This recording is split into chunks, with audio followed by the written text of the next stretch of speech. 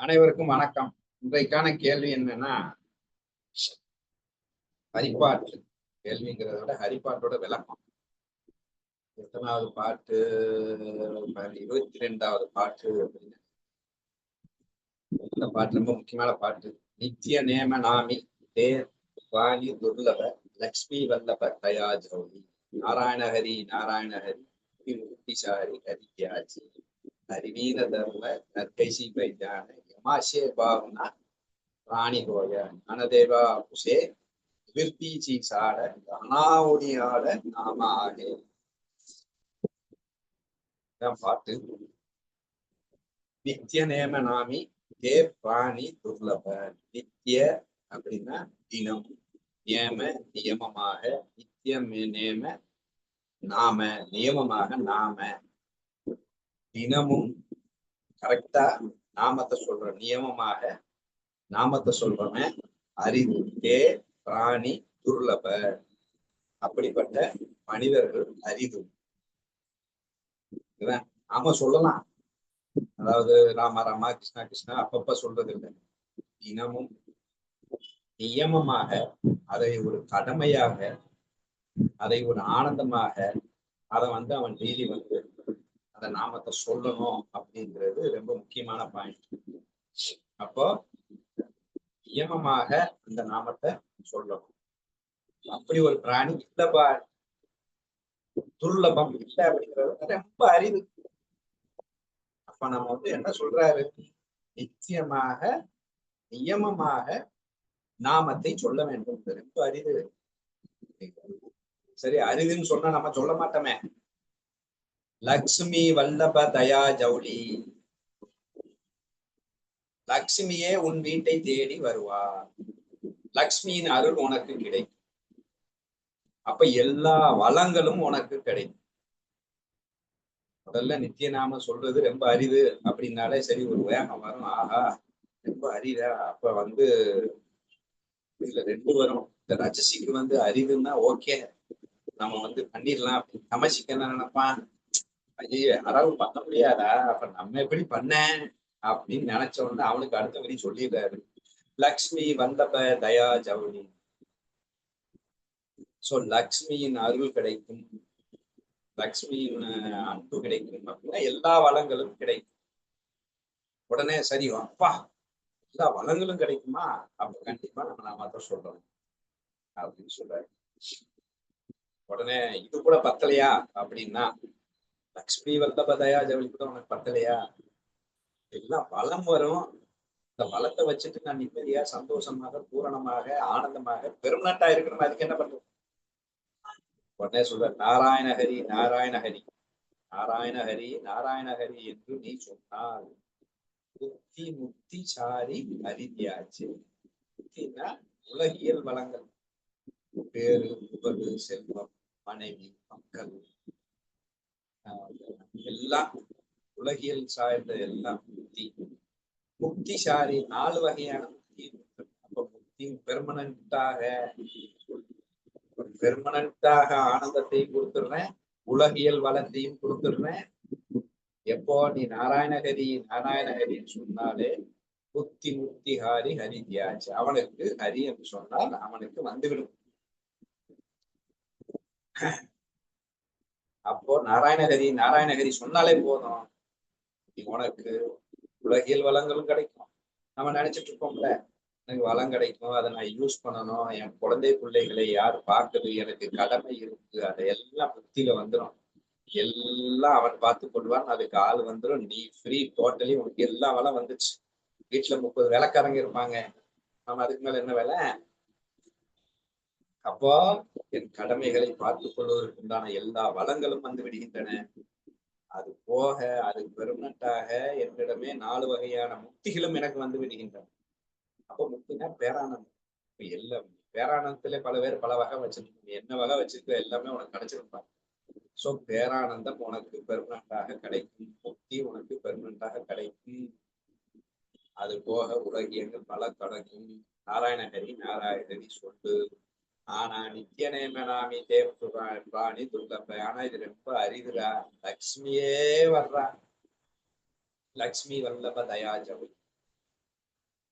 So லக்ஷ்மியே இந்த நாராயணஹரி சொல்லிதான் இந்த எல்லா வளத்தையும் பெற்றார். அப்ப லக்ஷ்மியின் அருளும் உனக்கு கிடைக்கும், லக்ஷ்மி அளவுக்கு நீ மேல போகலாம் அப்படின்னு அவர் சொல்றாரு.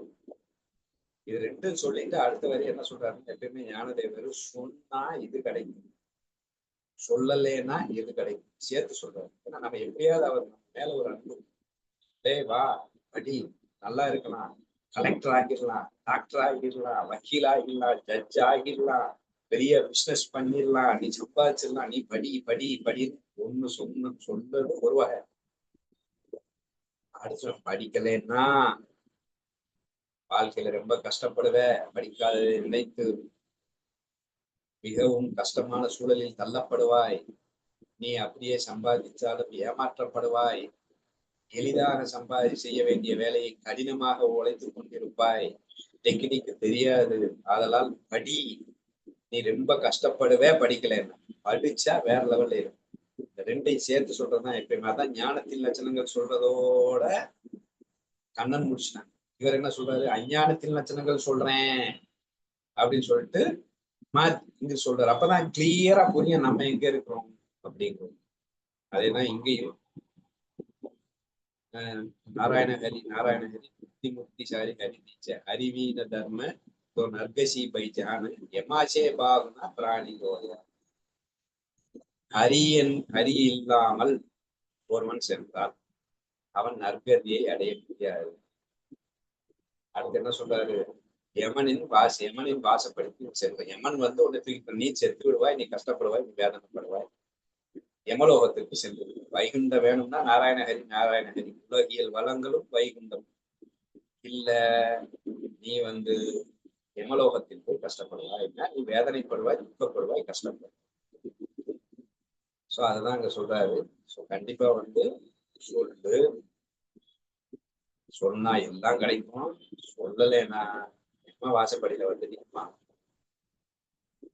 அப்போ கண்டிப்பா நம்ம சொல்லிதான் ஆகணும் அப்படிங்கிற ஒரு நிலைக்கு கொண்டு வர்றாரு. சொல்லாமலாம் நான் இருக்கிறேன், சரி எனக்கு முக்தி வேண்டாம், நான் பாட்டு இருக்க மாட்டேன் இருந்துக்கிறேன், எம்மா துப்புக்குவான், சரி ஓகே இப்ப நான் சொல்லிதான் ஆகணும், வேற வழியே இல்லை அப்படிங்கிறதுதான் அந்த 2வது பாயிண்டோட கருத்து. எல்லாம் கிடைக்கும், பூஸ்டிங் இல்லைன்னா நீ காலி. அப்ப எந்த அளவுக்கு ஒரு அன்புல இருந்தா அந்த வார்த்தை சொல்ற, நீ சொல்லிதான் ஆகணும்னு ஒரு இக்கட்டான நிலையில கொண்டு வைக்கிறாரு அப்படிங்கிறது பார்க்கணும்.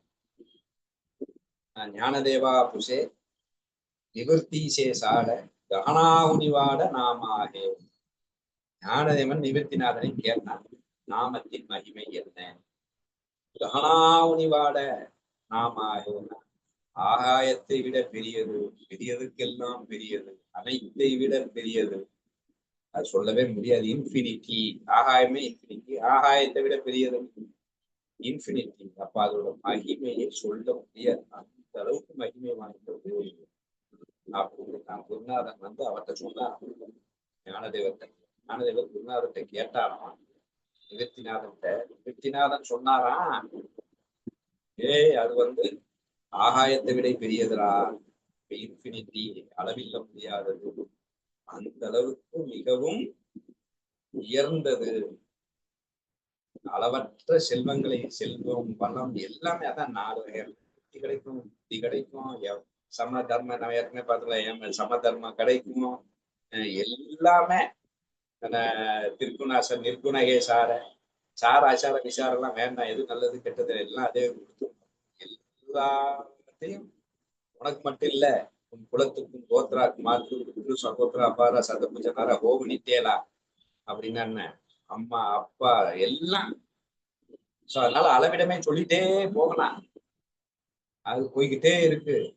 பவித்திர சீகோய தேகத்தியாச்சே அப்படிங்கிறாரு, தேகம் பவித்திரமாகிவிடும், அப்ப என்ன பண்ணாலும் ஒன்னும் ஆகாது அப்படிங்கிறவளுக்கு அனுமன் மாதிரி, எது வச்சாலும் எந்த நோயும் உனக்கு வராது, எந்த கிருமியும் உன்னை தாக்காது, எந்த நோய் இருந்தாலும் ஓடி போயிடும், சோ பவித்திரமாகிவிடும் தேகம். நான் சொல்லிக்கிட்டே போறேன்.